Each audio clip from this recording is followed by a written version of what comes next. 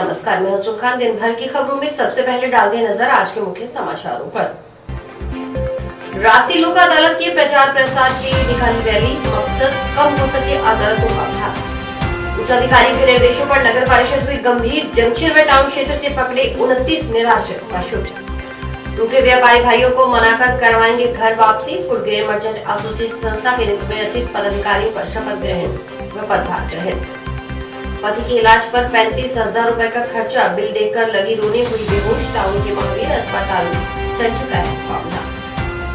10 दिसंबर से पट्टा वितरण कार्यक्रम का पूर्ण बहिष्कार करने की घोषणा, आंदोलन की राह पर ग्राम विकास अधिकारी। अब खबरें विस्तार से। 11 दिसंबर को जिले में आयोजित होने वाली राष्ट्रीय लोक अदालत के प्रचार प्रसार के लिए बुधवार सुबह जिला मुख्यालय पर रैली निकाली गई। प्रचार प्रसार रैली को कलेक्ट्रेट परिसर के बाहर से कलेक्टर नतमल डिडेल और जिला विधिक सेवा प्राधिकरण सचिव व अपर जिला एवं सेशन न्यायाधीश संदीप कौर की ओर से हरी झंडी दिखाकर रवाना किया गया। रैली में school, college, NSS, NCC, Nehru युवा केंद्र के युवाओं ने हिस्सा लिया। इस मौके पर कलेक्टर नतमल डिडेल ने बताया कि राजस्थान राज्य विधिक सेवा प्राधिकरण के निर्देशानुसार हनुमानगढ़ जिले में 11 दिसंबर को राष्ट्रीय लोक अदालत का आयोजन किया जाएगा। राष्ट्रीय लोक अदालत आयोजित करने का मुख्य उद्देश्य राजीनामा के माध्यम से अधिक प्रकरणों का निस्तारण करवाना है।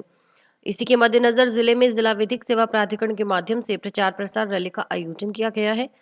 कलेक्टर ने कहा कि इस रैली के माध्यम से जिला प्रशासन का यह प्रयास है कि आमजन तक यह संदेश पहुंचे कि जितने भी मामले न्यायालयों में लंबी चल रहे हैं, राजीनामा योग्य हैं, उनके निस्तारण के लिए लोग आगे आए। आपसी समझाइश से होने वाले समझौते के माध्यम से जितने अधिकाधिक प्रकरण सुलझ सकते हैं वे सुलझाए जाएं, ताकि अदालतों का भार भी कम हो और लोगों के समय और धन की बचत हो सके, समाज में शांति और सौहार्द बना रहे। राजस्थान राज्य विधिक सेवा प्राधिकरण के निर्देशानुसार जिले में 11 तारीख को राष्ट्रीय लोक अदालत का आयोजन किया जाएगा। इन अदालत का जो मुख्य उद्देश्य होता है कि राजीनामे के माध्यम से जितने भी केसेज का निपटारा हो सकता है वो अधिकतम हमें कराना चाहिए। इसी के मद्देनजर आज हनुमानगढ़ जिले में जिला विधिक सेवा सहायता प्राधिकरण के माध्यम से आज रैली का आयोजन किया गया। इस रैली में स्कूल, कॉलेज, एनएसएस, नेहरू युवा केंद्र, एनसीसी के बच्चों ने बढ़ चढ़ के भाग लिया है और हमारा प्रयास यही है कि आम जन तक ये मैसेज पहुंचे कि जितने भी मामले हैं और उनको राष्ट्रीय लोक अदालत में आगे आएं और आपसी समझाइश से, समझौते के माध्यम से जितने सुलझ सकते हैं उतने अधिकतम हमें निपटाने चाहिए। जिला विधिक सेवा प्राधिकरण सचिव व एडीजे संदीप कौर ने बताया कि रालसा के निर्देशानुसार 11 दिसंबर को आयोजित की जाने वाली राष्ट्रीय लोक अदालत के प्रचार प्रसार के लिए रैली निकाली गई है। इसमें जिला प्रशासन, जिला पुलिस, बार संघ, नेहरू युवा केंद्र, एनएसएस, स्कूल और कॉलेज का सहयोग रहा।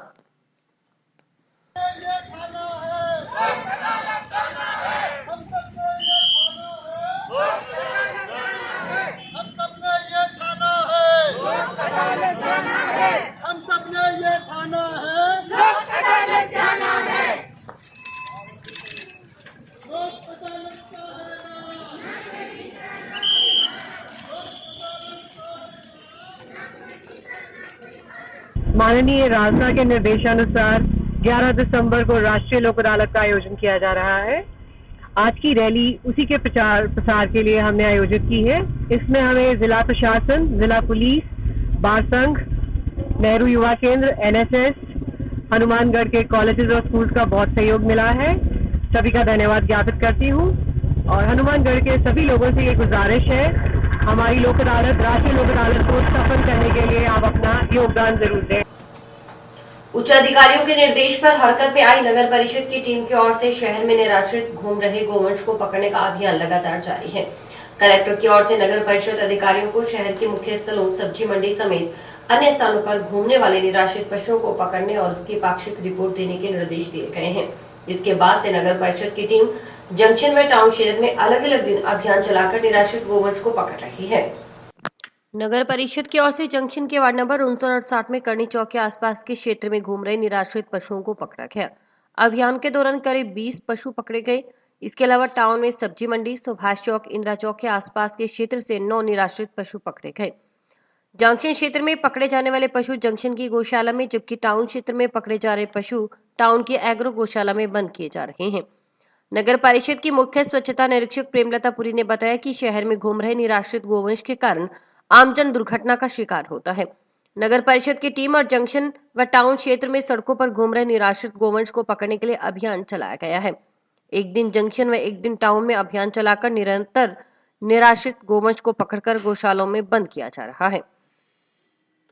आज नगर परिषद की टीम के द्वारा वार्ड नंबर 60 में करनी चौक से आवारा पशु पकड़े और टाउन में सब्जी मंडी, सुभाष चौक, इंदिरा चौक, वहाँ से 9 पशु पकड़े और ये अभियान निरंतर जारी रहेगा।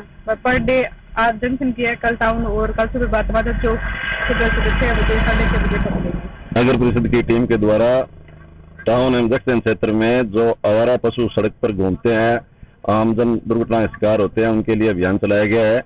एक दिन टाउन में और एक जंक्शन में अभियान चलाकर निरंतर गौशालाओं में डाला जा रहा है। जो छोटे बच्चे हैं उनको अलग से लिया जा रहा है, बीमार पशु है उनको अलग से लिया जा रहा है और ये अभियान निरंतर जारी रहेगा। आज वार्ड नंबर 59 और 60 में करनी चौक के आसपास के एरिया से कम 20 पशु अब तक अवरोधित किए जा चुके हैं। इसका कारण ये देखने में आता है आसपास के गाँव से या मेन रोड पर पशु मिलते हैं तो यही लगता है साइड से कोई पशु छोड़े जा रहे हैं। अभी ये अभियान चला है जो निरंतर जारी रहेगा। तब तक आमजन से ये अपील है कि पशुओं को खुला नहीं छोड़े। जुर्माने का प्रावधान है, दुधारू पशुओं की 1100 रुपए की रसीद काटी जा रही है। टाउन की धान मंडी के व्यापारियों की प्रतिष्ठित संस्था फूड ग्रेन मर्चेंट्स एसोसिएशन की प्रबंधक समिति के नवनिर्वाचित पदाधिकारियों ने बुधवार को एसोसिएशन के कार्यालय में विधिवत रूप से कार्यभार ग्रहण कर लिया। इस मौके पर एसोसिएशन के नवनिर्वाचित अध्यक्ष संतराम जिंदल, उपाध्यक्ष जसपाल चुग, सचिव अमित कोदारा, सह सचिव अरविंद कुमार व कोषाध्यक्ष व्यापारियों ने माल्यार्पण कर स्वागत किया। पदभार ग्रहण करने के बाद मीडिया कर्मियों से बातचीत करते हुए फूड ग्रेन मर्चेंट एसोसिएशन के नवनिर्वाचित अध्यक्ष संतराम जिंदल ने कहा कि मंडी की समस्याओं को सभी व्यापारियों के सहयोग से हल करने का प्रयास किया जाएगा। साथ ही कहा कि संस्था से जुड़े कुछ व्यापारी भाई रूठ गए हैं। सबसे पहला काम रूठे उन व्यापारी भाइयों को मनाकर उनकी घर वापसी करवाने का रहेगा। गौरतलब है कि फूड ग्रेन मर्चेंट एसोसिएशन संस्था की प्रबंधक समिति के अध्यक्ष तथा कोषाध्यक्ष पद के लिए रविवार को चुनाव हुए थे। अध्यक्ष पद पर संतराम जिंदल व कोषाध्यक्ष पद पर सनी जुनेजा निर्वाचित घोषित हुए। उपाध्यक्ष पद पर जसपाल चुग, सचिव पद पर अमित गोदारा व सह सचिव पद पर अरविंद कुमार निर्विरोध निर्वाचित हो चुके थे। इससे पहले ही कुछ दिनों पहले हुई बैठक में घनश्याम बादू को सर्वसम्मति से एसोसिएशन का अध्यक्ष चुन लिया गया था। तब निवर्तमान अध्यक्ष आशीष हेसारिया सहित अन्य पदाधिकारियों ने इसका विरोध किया और चुनाव के जरिए ही निर्वाचन किए जाने की मांग की। इसके बाद चुनाव अधिकारी नियुक्त कर चुनावी प्रक्रिया को से मतदान करवाया गया। मेरा सारे व्यापारी साथियों को बहुत बहुत धन्यवाद और सारे पत्रकारों को और जो निर्वाचन अधिकारी है उन्होंने मैं बहुत बहुत धन्यवाद जिन्होंने साफ सुथरा है चुनाव है जरा बिल्कुल साफ क्लीन करवाया और उन्होंने बहुत बहुत बधाई दी पात्र है, बहुत बहुत बधाई देना। बाकी सारे मंडी दी जो समस्या है सारे मेरे व्यापारी भाई है उन्होंने नाल लेके जो भी मंडी समस्या है उन्होंने हल करांगे।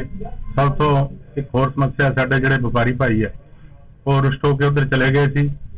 साडा पूरा प्रयास रहेगा भी उन्होंने मना के वापस सब तो पहला यही काम करना है और मेरे भाई जिहड़े घर छोड़ के चले गए उन्होंने इस घर दे विच वापस लियाना है, ये सब तो पहला काम होएगा। फर्जी ड्राइविंग लाइसेंस बनाने के मामले में गिरफ्तार दोनों आरोपियों को जंक्शन पुलिस ने बुधवार को न्यायालय में पेश कर एक दिन का पीसी रिमांड मंजूर करवाया है। रिमांड अवधि के दौरान पुलिस आरोपी रामकिशन निवासी हनुमानगढ़ जंक्शन व सुनील कुमार निवासी वार्ड नंबर 8 से अनुसंधान कर रही है।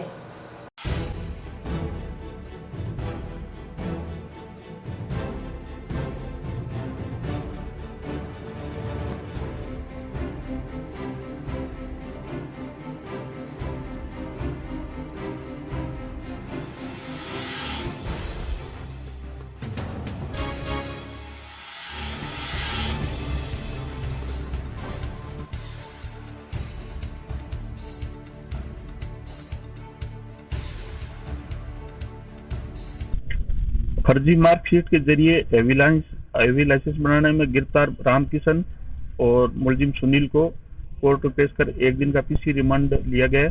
इसमें फर्जी मार्कशीट तैयार करने और बरामद करने अनुसंधान किया जाना शेष। अभी तो पूछताछ में कोई सामने आया है? अभी पूछताछ जारी है, कोई और भी इसमें शामिल होने के हैं? अभी अनुसंधान जारी है। नेहरू युवा केंद्र की ओर से बुधवार को टाउन स्थित राजकीय नेहरू मेमोरियल महाविद्यालय में जिला स्तरीय भाषण प्रतियोगिता का आयोजन किया गया। सबका साथ, सबका विकास, सबका विश्वास, सबका प्रयास थीम पर आयोजित प्रतियोगिता का विषय देशभक्ति और राष्ट्र निर्माण रहा। प्रतियोगिता की अध्यक्षता प्राचार्य डॉक्टर नरेंद्र सिंह भाभू ने की। नेहरू युवा केंद्र की जिला युवा अधिकारी मधु यादव ने बताया कि जिला स्तरीय भाषण प्रतियोगिता में हनुमानगढ़ जिले के 31 प्रतिभागियों ने हिस्सा लिया। उन्होंने बताया कि पूर्व में ब्लॉक स्तर पर प्रतियोगिता का आयोजन किया गया था। प्रत्येक ब्लॉक से 3-3 प्रतिभागियों ने जिला स्तरीय प्रतियोगिता में हिस्सा लिया। प्रतियोगिता में प्रथम स्थान पर रहे प्रतिभागी को 5,000 रुपए, दूसरे स्थान पर रहे प्रतिभागी को 2,000 रुपए और तीसरे स्थान पर रहे प्रतिभागी को 1,000 रुपए की नगद राशि से पुरस्कृत किया गया है। साथ ही पदक और प्रमाण पत्र भी प्रदान किए गए हैं। जिला युवा अधिकारी के अनुसार इस प्रतियोगिता को आयोजित करने के पीछे का मुख्य उद्देश्य युवाओं में देशभक्ति और राष्ट्र निर्माण की भावना को जागृत करना है। राज्य स्तरीय प्रतियोगिता का आयोजन 15 दिसंबर को जयपुर में होगा। राज्य स्तरीय प्रतियोगिता में चयनित प्रतिभागी राष्ट्रीय स्तर की प्रतियोगिता में हिस्सा ले सकेंगे। राष्ट्रीय स्तरीय प्रतियोगिता के प्रथम रहने वाले प्रतिभागी को 2 लाख, दूसरे स्थान पर 1 लाख और तीसरे स्थान के प्रतिभागी को 50,000 रुपए की नगद राशि से पुरस्कृत किया जाएगा। जिला स्तरीय भाषण प्रतियोगिता का आयोजन किया जा रहा है, जिसमें हनुमानगढ़ जिले के 21 प्रतिभागी भाग लेंगे। पहले इन प्रतिभागियों को ब्लॉक लेवल पे इनकी प्रतियोगिता आयोजित की थी। ये 3-3 प्रतिभागी प्रत्येक ब्लॉक से आए हैं और ये डिस्ट्रिक्ट लेवल में अभी पार्टिसिपेट करेंगे। हमें इनको प्राइज मनी के तौर पे प्रथम विजेता को 5,000 रुपए और द्वितीय विजेता को 2,000 रुपए और तृतीय विजेता को 1,000 की राशि से इनको पुरस्कृत किया जाएगा और साथ में सर्टिफिकेट और मेडल भी दिया जाएगा। इस कार्यक्रम का मुख्य उद्देश्य ये है कि युवाओं में देशभक्ति एवं राष्ट्र की भावना को जागृत करना। आज का युवा और नशे की ओर अधिक झुकाव हो रहा है उसका, तो उस एक कुप्रथा से इसका ध्यान भंग करने के लिए युवाओं को नेशन बिल्डिंग में हमें जोड़ना है, जिसके लिए हमें उनमें एक क्रांतिकारी विचारधारा, उनमें एक राष्ट्र निर्माण की विचारधारा उत्पन्न करनी होगी। आज का हमारा ये कार्यक्रम इसी उद्देश्य को लेके है ताकि हम युवाओं में ज्यादा से ज्यादा देशभक्ति और राष्ट्र भावना का प्रोत्साहन कर सके। मूलतः उत्तर प्रदेश के रहने वाले आर्थिक रूप से कमजोर परिवार के मुखिया के इलाज पर हुए खर्च का बिल देखकर उसकी पत्नी अस्पताल के सामने रोने लगी। वह इसलिए क्योंकि उसके पास इतने रुपए नहीं थे जिससे वह अपने पति के इलाज पर हुए खर्च का भुगतान कर सके। यहाँ तक कि वह अपने पति के इलाज के लिए अपने जेवर भी गिरवी रख चुकी है। उसका कहना था कि अस्पताल की ओर से भी राज्य सरकार की किसी भी योजना के अंतर्गत उसके पति का निःशुल्क इलाज नहीं किया जा रहा, जबकि उसके पास जन आधार कार्ड सहित अन्य दस्तावेज हैं। मौके पर रोते रोते वह महिला बेसुध होकर गिर गई। उसके परिजनों ने उसे उठाकर अस्पताल में भर्ती करवाया। जब इसका पता सूचना एवं जनसंपर्क अधिकारी सुरेश बिश्नोई को चला तो वे अस्पताल पहुंचे। उन्होंने इस परिवार की माली हालत की जानकारी देते हुए अस्पताल के डॉक्टर से बात की तो वे भी मुख्यमंत्री बीमा स्वास्थ्य योजना के अंतर्गत मरीज का निःशुल्क इलाज करने को राजी हो गए। साथ ही पीआरओ के प्रयासों से भटनेर किंग्स क्लब ने इस परिवार के लिए राशन सामग्री की व्यवस्था करने का जिम्मा उठाया। जानकारी के अनुसार टाउन में जंक्शन रोड स्थित महावीर अस्पताल मैटरनिटी सेंटर में भर्ती मूलतः यूपी निवासी और वर्तमान में जंक्शन के वार्ड 2 खुंजा के रहने वाले राकेश की पत्नी शिवल्ली ने बताया कि रक्तस्राव से उसके पति की हालत काफी गंभीर थी और जान बचने की उम्मीद नहीं थी। पूरे शरीर में सूजन आ चुकी, शरीर पीला पड़ चुका, मात्र 2 ग्राम खून रह गया था। उन्होंने इलाज करवाया लेकिन उसके पति की हालत में सुधार नहीं आया। वह जमा पूंजी अपने पति के इलाज पर खर्च हो चुकी है। अब 3-4 दिन पहले उसने अपने पति राकेश को जिला अस्पताल में भर्ती करवाया लेकिन वहां सुनवाई नहीं हुई। इसके बाद वह अपने पति को टाउन में जंक्शन रोड स्थित महावीर अस्पताल सेंटर में ले गई। उसके पति को आईसीयू में भर्ती कर लिया गया। आईसीयू का रोजाना का 5500 रुपए का किराया है। अस्पताल के डॉक्टरों ने 35 से 40 हजार रुपए का बिल बना दिया, लेकिन उनका परिवार आर्थिक रूप में इतना कमजोर है कि इतने रुपए नहीं दे सकता। उसने अपने 40,000 रुपए के जेवरात भी 10,000 रुपए में गिरवी रखे।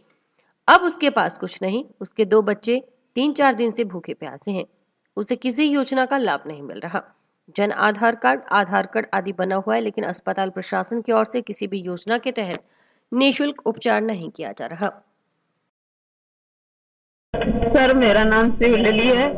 मेरे पति का नाम राकेश है। पति की हालत बहुत गंभीर थी, बचने की उम्मीद नहीं थी। फिर सरकारी हॉस्पिटल ले गए, वहाँ कोई सुनवाई किसी ने नहीं की। फिर प्राइवेट ले आए। गरीब आदमी जितना था मैं लगा दिए, सारा लग चुका है। जेवर था जितना वो बेच के लगा दिए हैं। अब मेरे पास कुछ नहीं है और 30-40 हजार का मेरा बनाए हुए बिल यहाँ पे। गरीब आदमी मैं कहाँ से दूंगी, कहाँ से इलाज कराऊंगी? मेरी मदद करो आप लोग, बस इतने रिक्वेस्ट है। मेरे पति की जान जी बच जाए। मेरे 2 बच्चे हैं, 3-4 दिन से भूखे बैठे हैं। कोई रोटी देता तो खा लेते, नहीं बैठे हैं। आज भी रो रहे थे, फोन करा तो मम्मी मैं खाना नहीं बना सकता, मेरे से बनता नहीं है खाना, मैं क्या करूं? फिर किसी भैया मेरे साथ आए थे, ये रोटी दे के आए, फिर जाके खाए मेरे बच्चे।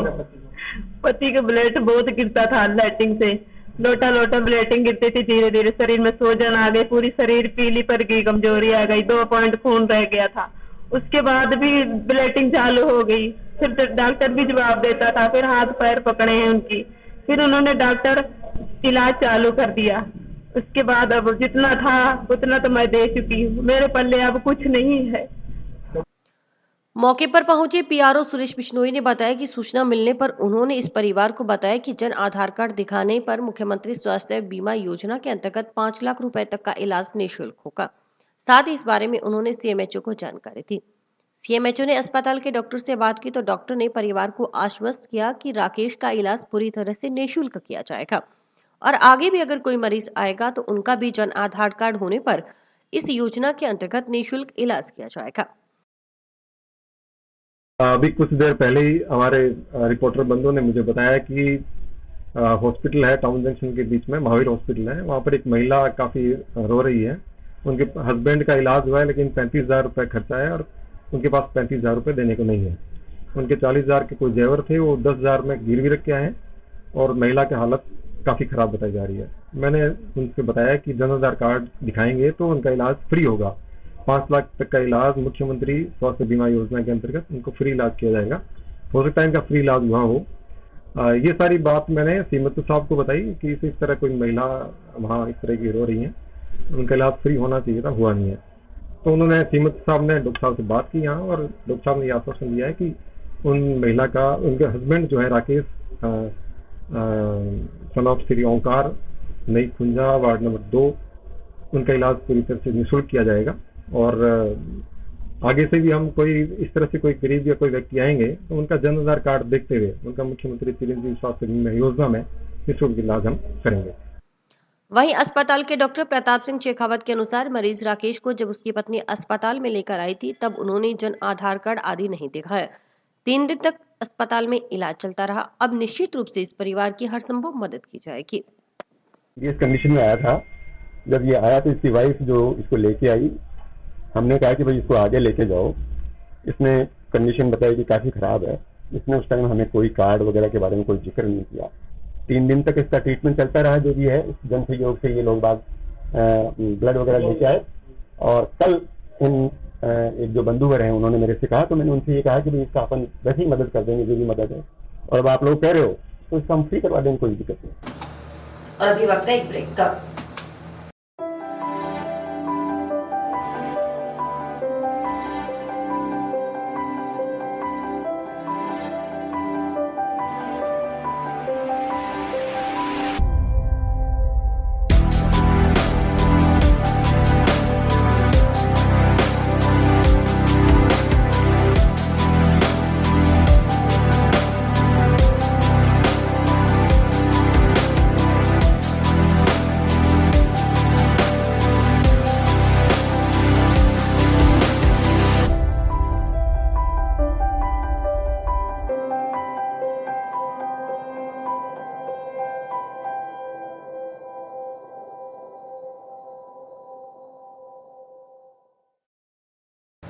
तीन दिवसीय झींगा मत्स्य पालन प्रशिक्षण कार्यक्रम का शुभारंभ कलेक्टर नतमल डिडेल ने किया। कृषि विभाग की आत्मा परियोजना सभागार में आयोजित प्रशिक्षण कार्यक्रम के मुख्य अतिथि कलेक्टर ने संबोधित करते हुए कहा कि किसान मत्स्य, मधुमक्खी, दुग्ध इत्यादि सहायक गतिविधियों के जरिए अपनी आमदनी बढ़ा सकते हैं। साथ ही कहा कि कृषि को उद्योग की तरह विकसित करें, सरकार की योजनाओं का लाभ लें। उन्होंने कहा कि कृषि बजट में बीकानेर संभाग के अंतर्गत हनुमानगढ़ में पानी की क्वालिटी चेक करने की लैब स्थापित करने का प्रस्ताव बनाकर भेजें ताकि पानी का पीएच क्वालिटी का लैब में टेस्ट करवाकर इसका लाभ ले सकें।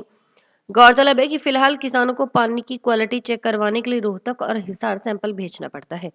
कार्यक्रम में मत्स्य कृषकों द्वारा जिला कलेक्टर को उनकी झींगा पालन व अन्य संबंधित समस्याओं से अवगत करवाया गया। कलेक्टर द्वारा आश्वासन दिया गया कि मत्स्य कृषकों की समस्याओं का समाधान राज्य स्तर पर करवाया जाएगा। प्रशिक्षण में कृषि विभाग के उपनिदेशक दानाराम गोदारा द्वारा झींगा मत्स्य पालन के आर्थिक पहलुओं और विभागीय योजनाओं के बारे में जानकारी प्रदान करते हुए खारे पानी में झींगा मछली का पालन किया जा सकता है। उन्होंने बताया कि नोहर, भादरा और रावतसर आदि क्षेत्र में कृषकों के लिए झींगा मछली पालन लाभदायक सिद्ध होगा। नौर, रावतसर, इधर कैंचिया, जो भी इन्होंने टेस्ट किए कि कौन सा पानी झींगा पालन के लिए सूटेबल है। तो मैं तो आपसे यही अपील करने आया हूँ कि ये जो इन्होंने ट्रेनिंग रखी है उसको पूरा ध्यान से सुने, समझें। और क्लिप चलाने का या जो एग्जाम्पल पेश किए हैं राजगढ़ के, मैं समझता हूँ कि जैसे हम लोग पहले आईएएस की तैयारी करते थे तो हम ये सोचते रहते थे कि कोई आरएस बना हुआ या आईएएस बना हुआ व्यक्ति हमें मिल जाए जिससे हम 2 मिनट बात कर सकें, तो हम ये पता कर सकेंगे भाई कैसे बनते हैं, कैसे तैयारी की उन्होंने, क्या उनकी पॉजिटिव चीज़ें थी, और एक विश्वास आ जाता है कि भाई हमारे जैसा इंसान ही आरएस आईएएस बन सकता है, यानी कि अगर आप मेहनत करो तो बन सकता है। तो जो राजगढ़ की क्लिप बताएंगे और जो इनके आपने भी जो अनुभव शेयर किए, उन अनुभवों के आधार पर आप ये विश्वास में ले सकते हो कि जब राजगढ़ से रामलाल जी कर सकते हैं, श्यामलाल जी कर सकते हैं, तो हनुमानगढ़ में वो चीज़ बहुत आराम से हो सकती है। इन चीज़ों में एक ही समस्या आती है कि जब हम कर तो लेते हैं, फायदा होगा या नहीं होगा, या मार्केट मिलेगा कि नहीं मिलेगा। तो अभी मैं आपको यही बताऊंगा कि जो भारत के जो तटीय क्षेत्र हैं, स्पेशली पूरा का पूरा नॉर्थ ईस्ट है, बंगाल है, फिर उड़ीसा है, फिर कर्नाटक है, केरल है, तमिलनाडु है, इन सब में अपनी तरह बाजरा, ज्वार ये कुछ नहीं खाते हैं। वो चावल, मछली, चावल, झींगा, और जो होटल्स में भी जो है डिमांड है वो इस, क्योंकि प्रोटीन का बहुत रिच सोर्स है ये। 3 दिवसीय झींगा मत्स्य पालन पर यह 11 दिवसीय प्रशिक्षण कार्यक्रम है। National fisheries development board Hyderabad द्वारा प्रायोजित ये प्रोग्राम मत्स्य हनुमानगढ़, गंगानगर और चूरू जिलों के मत्स्य पालकों के लिए झींगा पालन के ऊपर प्रशिक्षण शिविर दिया जा रहा है। इसमें सभी तरह की जानकारी, विभागीय जानकारी, तकनीकी जानकारी किसान भाइयों को दी जाएगी। वीडियो में एक सक्सेस स्टोरी है उन फार्मर की, जैसे हमें सारे हमारे किसान भाई जो हैं उस सक्सेस स्टोरी को देख के थोड़ा उत्साहित हो और एक फार्मर के नजरिए से उन चीज़ों को समझें, तो थोड़ा उसके लिए वो चीज़ करवाई गई। सरकार की तरफ से अनुदान की तरफ 2 नीली क्रांति और प्रधानमंत्री मत्स्य संपदा योजना जारी है। इसके अतिरिक्त मत्स्य पालन में केसीसी ऋण के लिए भी सरकार की योजनाएं अभी जारी की गई है, जिसमें 1.5 लाख रुपए तक बिना कोई कोलेटरल या गारंटी के लोन दिया जा रहा है। ग्राम विकास अधिकारी एक बार फिर से आंदोलन की राह पर हैं। उन्होंने 10 दिसंबर से पट्टा वितरण कार्यक्रम का पूर्ण बहिष्कार करने की घोषणा की है। इस संबंध में बुधवार को राजस्थान ग्राम विकास अधिकारी संघ ने मुख्यमंत्री, ग्रामीण विकास एवं पंचायती राज विभाग मंत्री, प्रमुख शासन सचिव एवं शासन सचिव के नाम विकास अधिकारी को ज्ञापन सौंपा। ज्ञापन में बताया गया कि राजस्थान ग्राम विकास अधिकारी संघ की मांग पत्र के 8 बिंदुओं पर मुख्यमंत्री कार्यालय में पूर्ण सहमति व्यक्त करते हुए कुछ मांगों की पत्रावली उसी समय मुख्यमंत्री से अनुमोदित भी करवा दी गई थी। शेष मांगों पर हुई सहमति के अनुसार शीघ्र ही आदेश जारी करने का आश्वासन दिया गया था, लेकिन आज तक एक भी मांग पर सकारात्मक आदेश जारी नहीं किया गया। ये संगठन और संवर्ग का विश्वास तोड़ना है। इससे प्रदेश के ग्राम विकास अधिकारियों में जबरदस्त आक्रोश है। संगठन की सर्वाधिक महत्वपूर्ण मांगों में से एक जिला कैडर परिवर्तन के लिए एक बार शिथिलन की फाइल उसी दिन 1 अक्टूबर को मुख्यमंत्री से अनुमोदित हो गई थी, लेकिन 10 नवंबर तक विभाग की ओर से पत्रावली पर मुख्यमंत्री के अनुमोदन के बाद भी आश्चर्यजनक रूप से कोई कार्रवाई नहीं की गई। इस संबंध में पुरजोर विरोध दर्ज करवाने पर मुख्यमंत्री कार्यालय में संगठन के पदाधिकारियों से पुनः 10 नवंबर की हुई वार्ता में वास्तविक स्थिति से अवगत करवाया गया। इस पर मुख्यमंत्री कार्यालय की ओर से 11 नवंबर को विभागीय अधिकारियों से वार्ता का यूओ नोट प्रेषित कर आगामी मंत्रिमंडल की बैठक में ट्रांसफर पॉलिसी के अनुमोदन के स्पष्ट निर्देश दिए गए। 11 नवंबर के बाद 7 दिसंबर को मंत्रिमंडल की तीसरी बैठक हो रही है, लेकिन अभी तक पत्रावली अनुमोदन की स्थिति में नहीं है।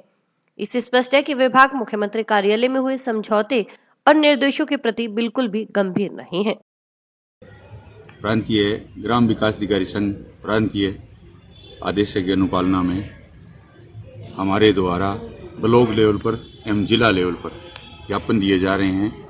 श्रीमान मुख्यमंत्री महोदय एवं श्रीमान पंचायती राज मंत्री महोदय के नाम से और श्रीमान प्रमुख शासन सचिव और अतिरिक्त प्रमुख शासन सचिव के नाम से ज्ञापन दिए गए हैं, क्योंकि हमारी श्रीमान मुख्यमंत्री महोदय से वार्ता हो चुकी और वार्ता फाइनल भी हुई और अब उस वार्ता की अनुपालना में जो हमारा एक बार शिथिलता देते हुए अंतर जिले के लिए जो फाइलें चलाई जा रही थी स्थानांतरण की, और हमारे जो अतिरिक्त ग्राम विकास अधिकारी के 106 पद थे जिनको विलोपित कर दिया गया था, उन्हें पुनः सर्जित करने के लिए जो फाइलें चलाई गई थी, उन फाइलों को गुम कर दिया गया है पंचायती राज विभाग के द्वारा। उसके विरोध स्वरूप आज हमारा ज्ञापन दिया गया है और अगर तुरंत प्रभाव से उन फाइलों पर विचार नहीं किया गया तो आगामी प्रशासन गांव के संग अभियान में हमारे द्वारा पट्टों का पूर्ण रूप से बहिष्कार किया गया है। नगर परिषद की ओर से एक नई जेसीबी मशीन खरीदी गई है। इसका उपयोग जंक्शन में बाईपास रोड पर स्थित डंपिंग वार्ड पर कचरे के ढेर के निस्तारण के लिए लिया जाएगा। बुधवार को टाउन स्थित नगर परिषद कार्यालय में सभापति गणेश बंसल, निर्माण समिति अध्यक्ष व पार्षद सुमित रणवा व मुख्य स्वच्छता निरीक्षक प्रेमलता पुरी ने जेसीबी मशीन की चाबी चालक को सौंपी। इस मौके पर सभापति गणेश बंसल ने बताया कि नगर परिषद की ओर से नई जेसीबी मशीन क्रय की गई है। कलेक्टर की ओर से डीएमएफटी फंड से नगर परिषद को 68 लाख रुपए की राशि प्रदान की गई थी। उस राशि में से एक जेसीबी मशीन खरीदी गई है।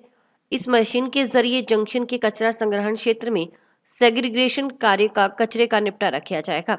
इसके अलावा एक सेग्रीगेशन मशीन भी लगाई जाएगी जो मिट्टी को अलग कर कचरे का निस्तारण करेगी। इससे पूर्व नगर परिषद के पास 3 जेसीबी मशीन है। इनका उपयोग शहर की साफ सफाई व अन्य कार्य के लिए किया जाता है।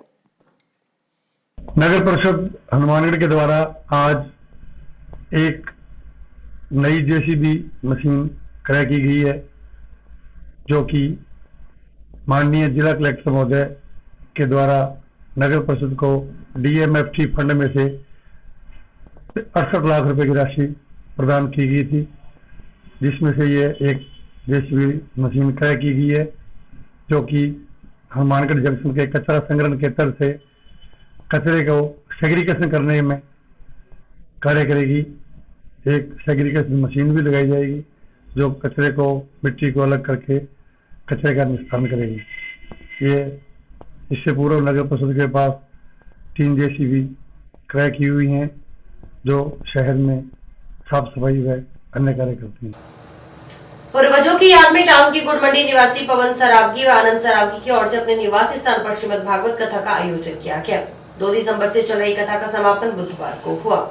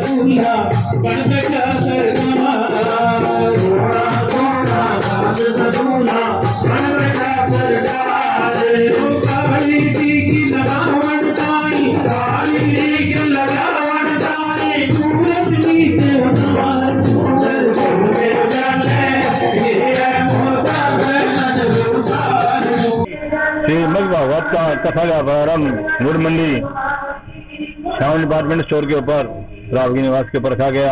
इसमें कथावाचक आनंदपुर साहिब के बिमला भाई जी के द्वारा कथावाचक का प्रोग्राम किया गया और आज समापन दिवस के ऊपर बड़ा ही सुंदर भाव से श्रोताओं ने, भक्तजनों ने आनंद लिया। और इसी के साथ समाचार समाप्त हुए। रोजाना देखते रहिए समाचार। नमस्कार।